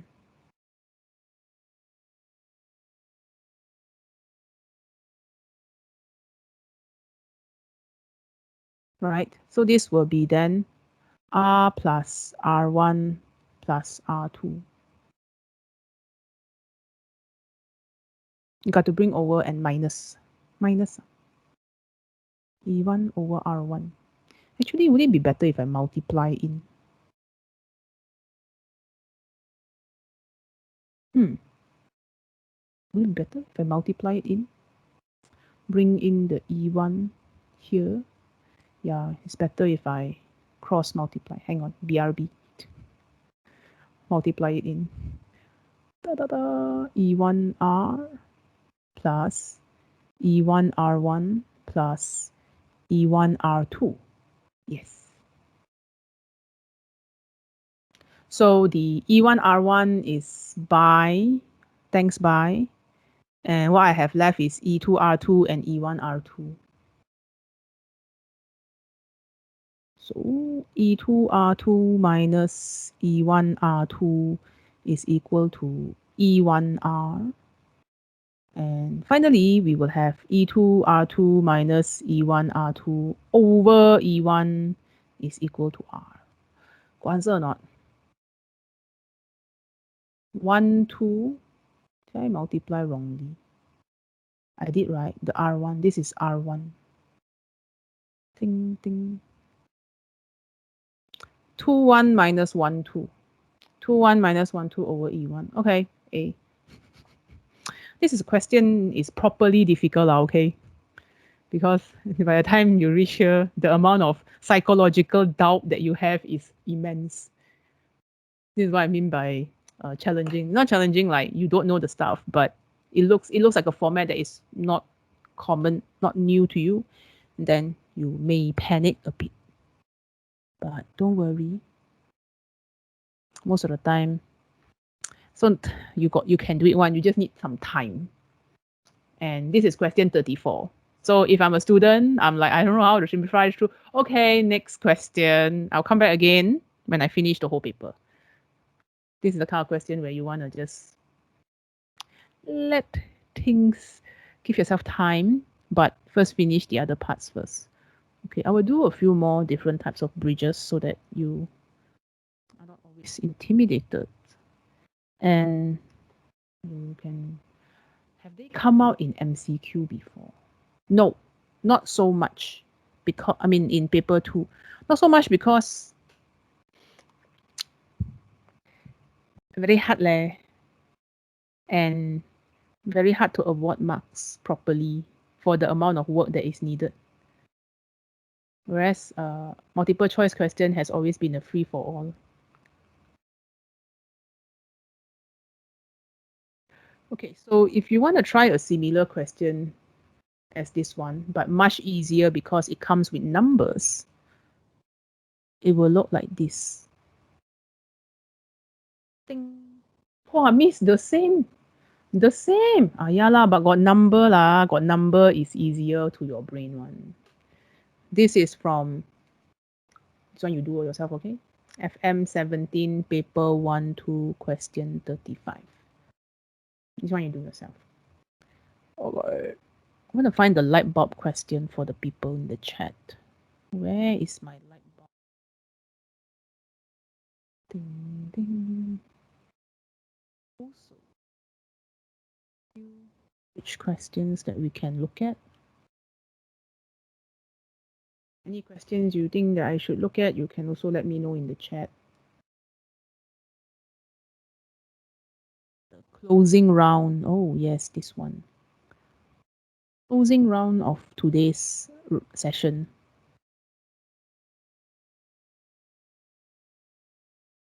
It's like going for circuit shopping.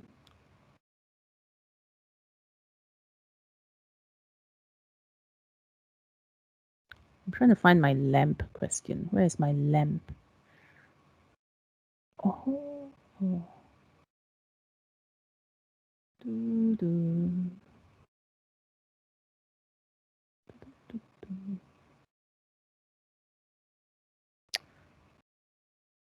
Okay, here is another bridge. I probably will not discuss all, but I'll just show you how they can look like different. What I mean by the bridge.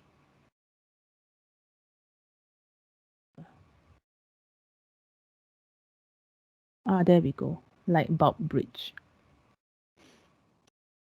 This one is also a very nice question. Always question 36. Must be their favorite number.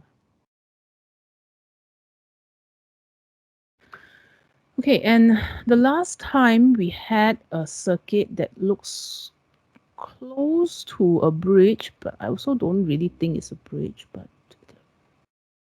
arguable lah, is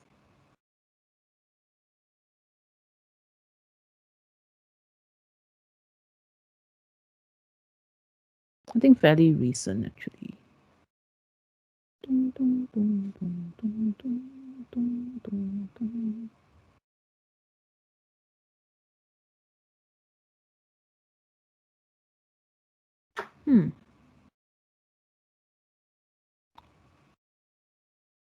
It's not really a bridge.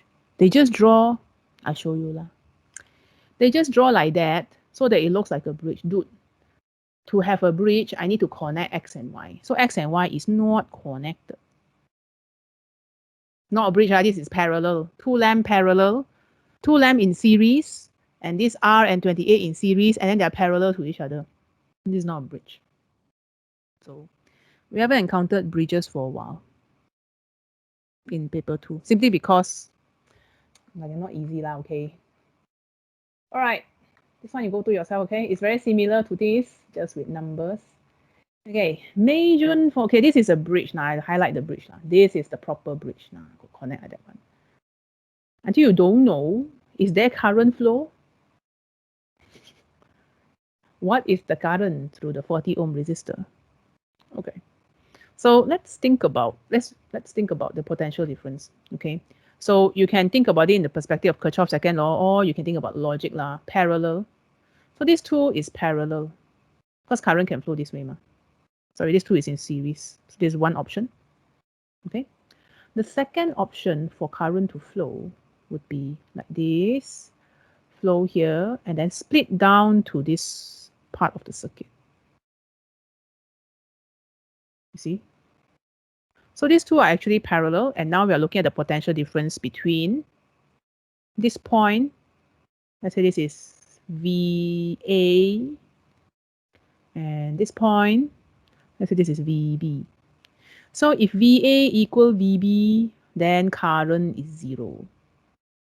If VA bigger than VB, the current will flow from A to B, and vice versa. Okay, so now if you think about the potential difference, this is 10 volt. 10 volt is connected across the terminal. So here to here is 10 volt. And good news, potential divider time. We are separating this 10 volt across two 20 ohm resistor, meaning you get 5 volt, you get 5 volt. So this tells me that VA here is right in the midpoint. VA is 5 volt. Okay, if VA is 5 volt, I can repeat the same process down here because again, it's connected in parallel. So based on our basic understanding of circuits, this is also going to be 10 volt. So we're going to repeat the whole story again, 20, everybody get the same potential difference. This is also 5 volt. So VA equal VB, answer 0. Okay, so VB is 5 volt, VA is 5 volt. VA equal VB. Okay, the bridge. Okay. If let's say it is not the same, then you find the potential, then you take VAB, which is VA minus VB, which depending on which one is bigger. Okay, then this one will be equal to IR, which is I times 40. You can find I lor. I mean, depends on what these numbers are lah, the difference between A and B. Okay, potential difference. All right, here's another one. Again, voltmeter reading is 0. So this is beautiful. Which equation is correct? There are 4 resistors. Okay, so again, current flow this way, which here, split into 2, come back. I think you're going to see a trend already. Of course, they can draw this in different ways lah, just to confuse people, but don't worry. Don't memorize the current. Observe the traffic flow, or don't memorize the circuit. Observe the current flow. So of course, these two is in series and these two is parallel. And then you want the potential difference here. Let's say it's point A. Potential difference here, B, to be the same. That's why the voltmeter reading is 0 ma. Huh? So let's think about current. This one need to derive a bit. Let's say the current flow through here is I1. Maybe the current is not the same. You don't always get same resistor all the way, okay? So let's assume all the resistors are not the same. So because of this, the current will flow differently so that the potential difference is maintained the same. So this one is I2. Okay. I know that Vp must be equal to Vr because it's connected across the same battery. All right. So if let's say I draw a number line to represent the potential difference, okay, and the potential difference is the same across both branches. So I don't care where AB is. Maybe A is here, maybe B is here. So this means the potential difference across Vp must be the same as the potential difference across Vr. Don't have to be 5 or the same, it can be different. But because the total is the same, and I know there's no current flow, then these two must be the same also. Vq, Vs. Okay, so Vq is equal to Vs. So I can write the simultaneous equation. I1p is equal to I2r. And I1q is equal to I2s. Because I1 is the current that will flow this way, red current. And I2 is the current that will flow down there. Okay, so you got two equations. Can I take equation 1 divided by equation 2? 1 and 2. 1 divided by 2. So I1p is equal to I2r divided by I1q is equal to I2s. Chop, chop, chop, chop. P over Q is R over S. Cross multiply, because these are all linear format. PS is equal to QR. So the idea of the bridge is not that complicated. It's just the understanding that you can. I'm doing Kirchhoff law, so just in the fast forward method lah. Okay, or you can slowly look lah, but this is faster. No current, no potential difference, then the potential difference are the same. This is a pretty important idea. When there's no current flow, the potential difference across the branch is the same, this one. Okay, what happens if there's current like this? Hiya, got current, and someone got internal resistance. Oh, such a pain. Okay, never mind. What is the resistance of each resistor R? So you got two resistors here. This R and this R. By the way, they were trying to help you. Maybe they felt a bit guilty. Kirchhoff law can be used with the data in the diagram to deduce the resistance. Wow, thank you. So nice of you. Okay, do we know S? Do we know the resistor S? Contains a resistor S that is neither. Okay, this is a good way to explain what a bridge is. Neither in series nor parallel. This is Z bridge. Okay, so well, never mind. Since we don't have S, I kind of want to avoid using the loop that has S, okay? So I'm going to find the current because that seems the more obvious one. 4, 3 will go up, meaning 1 comes down here. This is 1 ampere. Okay, but you see this junction, no? 1 ampere is coming from resistor R, but also at the same time, you have this 0.5 ampere. You know, so they will merge such that by the time they leave here and enter this resistor, you know, they merge. So this one will be 1.5 ampere. Okay, so it will be 1.5 ampere going through here. What about this 3 ampere? Is charge still conserved? 3 ampere reach here, 0.5 go down, meaning how much is left behind? 2.5 ampere is left behind. 2.5, 2.5, so 2.5 will enter. 2.5 plus 1.5 is 4. So what exits here is 4.0 ampere. Okay, so it is conserved. It's just that your current is flowing a bit weird lah. This current flow here and then split into two. So if I really want to draw, it will look like this. One go this way. And then one come down like this. These two, no problem. The only problem is the one that flows through here. So it actually came from here one part of this, then split into two, and go in like this zigzag manner, you know, so cute. Okay, this is because the potential difference on top is bigger than the potential difference below the current flow this way. But you want to find the resistor R. Hey, miss, can we loop the outside loop? Because the outside loop, if you want to loop this outside loop, we a bit GG because we don't know this resistor. Choose a loop with the least number of unknown. Preferably, your unknown is only R. So we need to use a bigger loop for a big brain circuit. I'm going to flow like this, like this, like this. Can all the way up here and come back. Because in this outside loop, I don't have to bother about S because I don't know what S is. I don't even have to bother about this random resistor that they don't even bother to label. I'm just drawing the current flow for people who like, I need to know how the current flow. Okay, the current flow like this. Okay, can it's like some zigzag pattern. The zigzag pattern will flip if the potential difference is on top is lower lah. But this is the way it goes. Okay, so I'm going to loop the green loop. Okay, so then I will again, sum of EMF is sum of IR, but the EMF is only 12. Okay, and well, the current 4 ampere is gonna pass through this resistor. Okay, don't forget there's an internal resistor. So I will start from the battery. So from the battery, go to here. This will be 1 times R. Same direction. So 1 times R plus, continue the journey. This is 1.5 times R. 1.5 times R. Continue the journey. 1 times R, 1.5 times R. Go back home here. 4 times 0.5.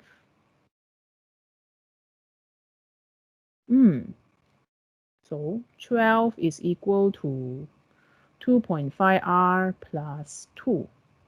10 is 2.5 R. R is 4 ohm.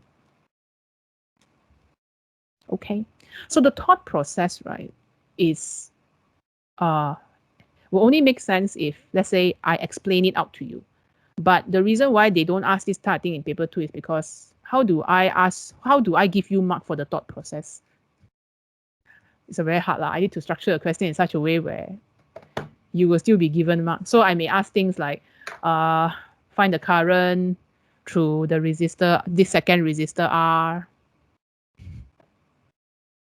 So I will have to stagger the paper 2 question. No? Find the current through this second resistor R.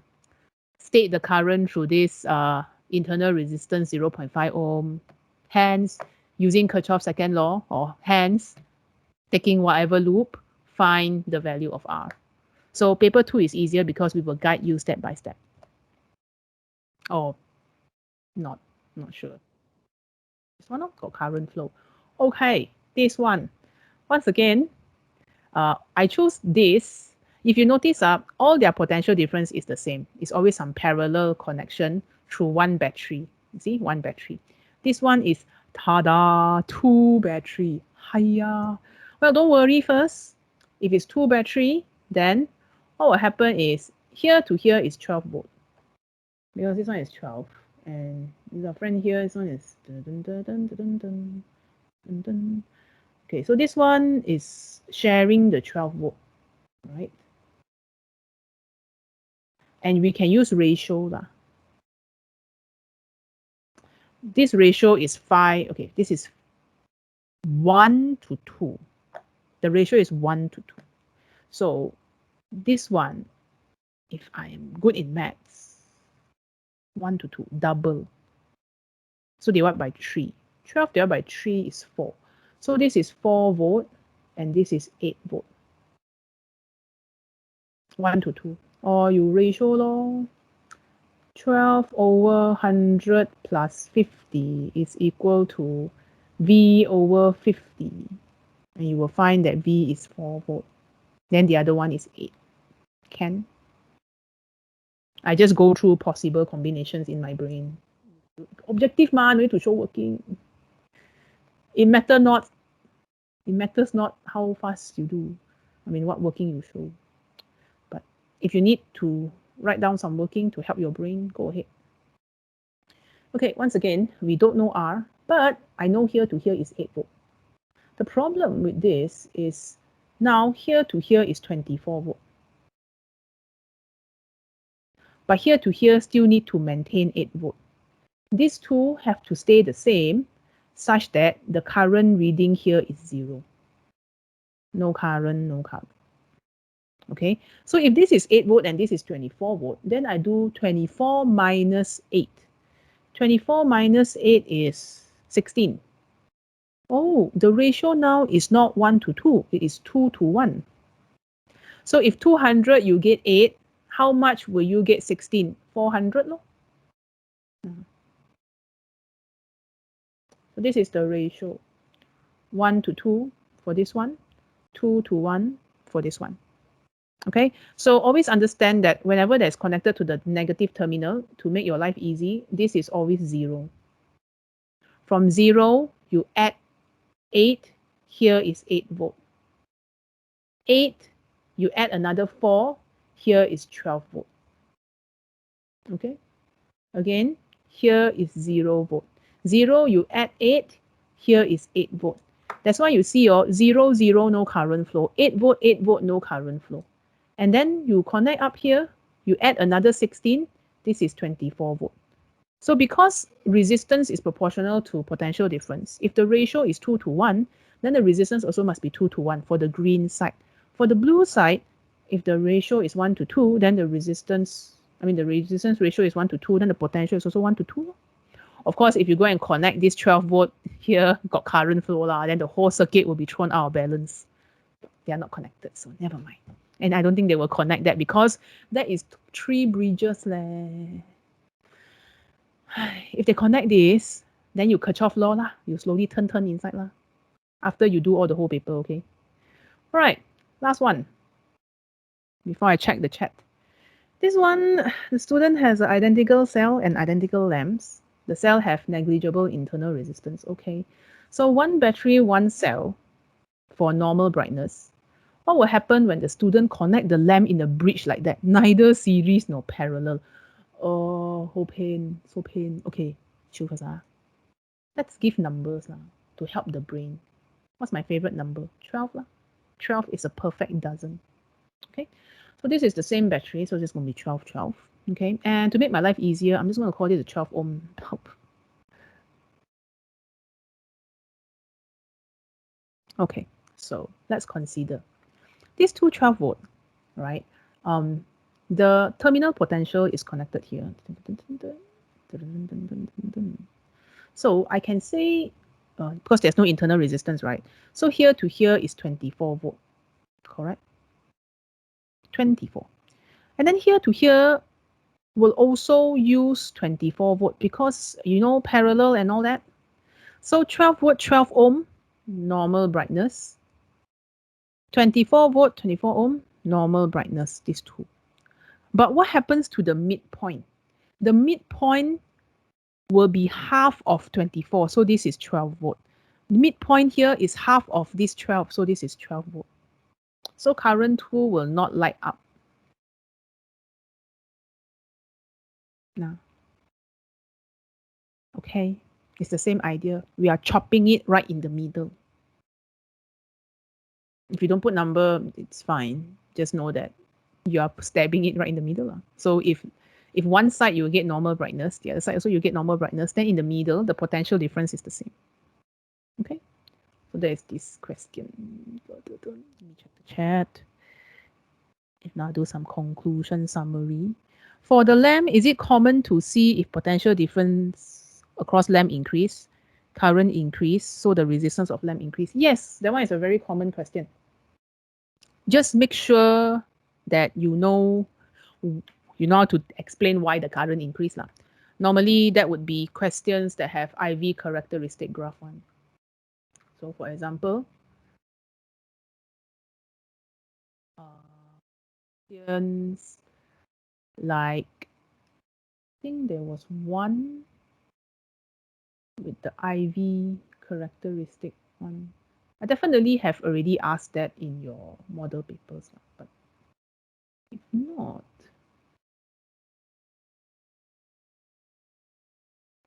this one there. So if you want to see the effect of change in temperature, filament wire, you can tell what, right? If you look at this graph for your filament wire, the bigger the current, the bigger the resistance. Because the lamp gets hot now, big resistance, because filament wire is a conductor. So when you increase the heat of something, like your computer, your laptop, hot, laggy. Okay, so filament wire is a conductor, it's a metal conductor. As current increase, you can see this gradient decreases, but do not use gradient to describe the ratio of V over I. Use the gradient in your brain, but don't use the gradient in your explanation. So what I would say is, as current increases, the ratio of V over I is less. No, it's greater. Ratio of V over I is greater. Hence, resistance increase. Depends lah what happened. Change something in the circuit lor. Identify from the circuit what causes the current to change. For example, in this case, filament wire Q break and stop conducting. So if you break filament wire Q and there's no more Q here, the effective resistance increased because you have something less in parallel. So if you remove something in parallel, the effective resistance increase. Resistance increase, current decrease. Current decrease, the ratio of V over I will decrease. So there's less resistance. Okay. I just explained the question. So there is no shortcut way to say if this happened, confirm current increase, decrease. Because again, the reason why this current decrease is because Q is connected in parallel, but Q can be connected in series. I can put any resistor however I want, whenever I want, wherever I want. The important part is understanding the behavior of the current and adjusting using the tools that you have for analysis.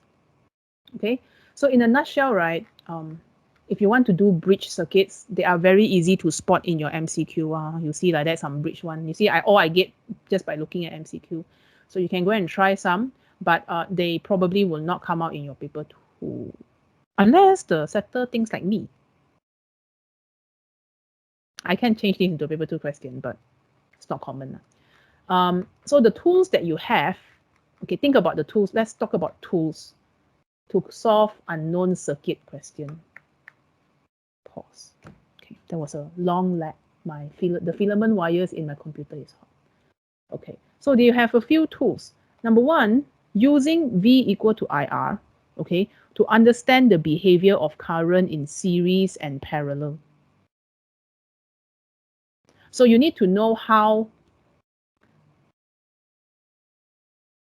not just use the equation blindly, but think about every single component. V have a certain behavior. I have a certain behavior. I will split in the branches. V will share the potential for series, but it will be the same in parallel. To find effective resistance, there's a certain equation. And if resistors are in parallel, the resistance will be less. Resistance in series, resistance will be more. So understand the behavior of all these things. I mean, it may seem very basic, but we start off with basic what? Right? So if you think about parallel and series, the potential difference V, this one is equal, this is shared. This is a simplified form. You need to see how they are being connected, especially in the bridge, because sometimes they are neither series nor parallel, right? So you need to see whether they're equal or whether they are shared. And then current. For parallel, it is normally shared when there's a junction. For series, it's always equal. Okay? And then resistance. You add more resistance in parallel, more R in parallel. total resistance will increase. Sorry, total resistance will decrease. Which is why just now, if your other lamp spoil, you have less resistor in parallel, your total resistance increase. For this one, if we connect more resistance in series, then your total resistance increases. So what happens when your total resistance increase? If the potential is the same, then the current will change accordingly. So it's to understand each independent behavior in a certain connection and how they would behave if one of them change. Okay, one more thing about resistance is that resistance is not just based on this, not always V equal to IR. You also need to know the IV characteristic. For lamp, filament lamp, thermistor, diode, thermistor and LDR is about the same. Because this one is when your R is not constant. It is dependent on the environmental factor. Temperature of the lamp is an environmental factor. Okay. If let's say you think through this already, your brain still hang. The second important tool is that for current to flow across any 2 point in the circuit, I don't care lah, whatever that is in between these 2 points, A, B, VA must be bigger than VB, then the current will flow like that. Or flip it, if VB bigger than VA, then the current will backflow. Here is useful because if current is 0, VA equal to VB, which is also hinged on this idea one. Can or not? This one. So this one is generally used a lot in bridge circuits. Okay, and the final tool, if let's say you try this tool and your brain still hang, then you Kirchhoff lah. Kirchhoff is just the formal way of putting this into context, or your brain fry liao. So you loop here, loop there, and try to figure stuff out law. But Kirchhoff law is actually complementary to all of this one. So for me, because of, and if let's say you learn circuits the way any common person learn it, we start off with this equation, your V equal to IR. So start off with what is familiar, like the behavior is familiar. Then introduce the non-familiar things. Like for example, IV characteristic graph when R is not constant. Definitely they will ask, whether they ask in paper 2 or paper 1, I don't know. And also for bridge circuit, if the potential is bigger or smaller, current will flow in a certain way. If it's the same, current is 0. We like to have this in your bridge or your potentiometer, this one. And Kirchhoff law, if you really cannot, then you just start looking for loops and looping around Kirchhoff law. Hopefully you won't spiral into some confused place. Don't go to Holland, okay? Come back. Okay lah, these are your tools. And of course the normal stuff lah, like V equal IR, power, energy, drift velocity, resistivity. Those are the auxiliary ones lah. The one that we can ask at the side. Resistivity equation, power and energy equation, and drift velocity equation.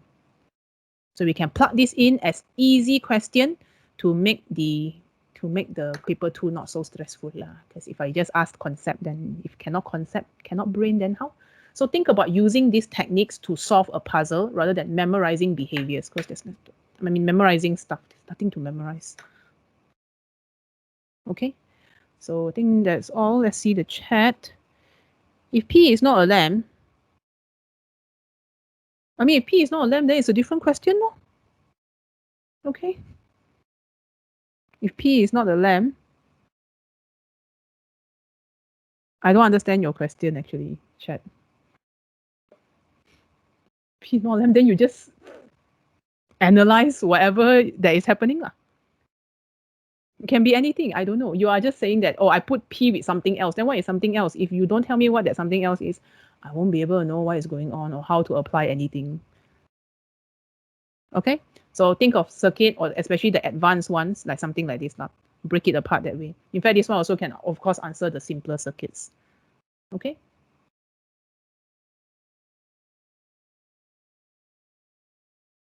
I also don't understand. I don't understand the chat.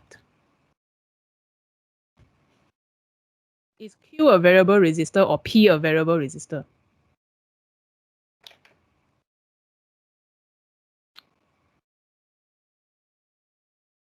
Okay, so there's some concerns in the chat. Let me.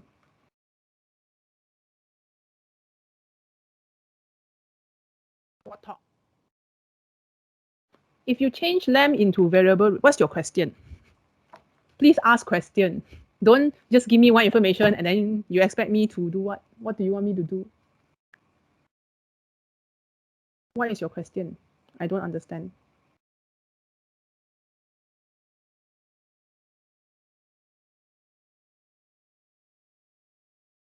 You want this one to be a variable resistor. There are different variable resistors. Why you want to do this to yourself? What are you changing? You change too many variable, right? Cannot analyze one, right? Why is the same question? This one spoiled already. The answer is this. Look, this variable resistor is a resistor that you change. You manually go and turn something in the circuit and you change. It wouldn't change because the environment changed. Understand? So you need to know when you see a variable resistor, when they draw an arrow like that, it means it is manually controlled by humans. If let's say you look at the resistor of this one is a response, it's a material response to change in temperature. So this resistance change because the temperature change. This resistance change because you go and turn something, or you replace the resistor, or you adjust the length of a wire, or you rotate a knob. Have you seen a variable resistor before? Maybe it will help if I show you how a variable resistor look like, although you have used it in your lab before. Resistor can change due to environmental factor. That is what we care about. But if there's a variable resistor, then it's something that you adjust yourself one. Can buy from don't know where for 187 ringgit.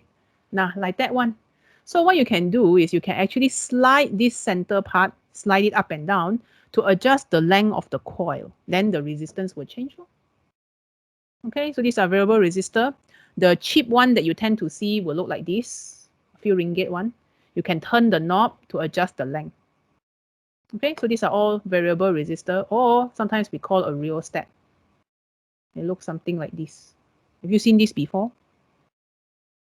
So read the question. If they say that it is constant, then it's constant. If they say it's variable, they will draw an arrow here. Read the question and don't think too much. Okay, so this is a response to the change in temperature. You can, okay, let's continue this rabbit hole. What if I replace P with a thermistor? Can I adjust the thermistor manually? Cannot. This is also a material response to the change in temperature. I replace the thermistor with a LDR. Can I manually change it? No. I can change the light, but I cannot go and turn something to change it. So these are all material response to change in temperature, and this one is the response to the change in light intensity or brightness. So all these things, including the diode, but the diode is a different deal. These are variable resistor, not because they want to be variable resistor, but because their environment change. Oftentimes it's due to the current changing. So this one change in R is due to environment. Sometimes it can also be current, because when you allow current to flow, maybe the surrounding will become hot. So these two will respond differently. Okay? And for these two, manually, if it's controlled by human, you turn yourself, not due to environment. But that's it for the complicated circuits. All right, go spam past your questions, especially when you have time to prepare for your paper 1. Because the harder questions are in paper 1. But for paper 2, just make sure you know how to show your working clearly and think about using all of these tools.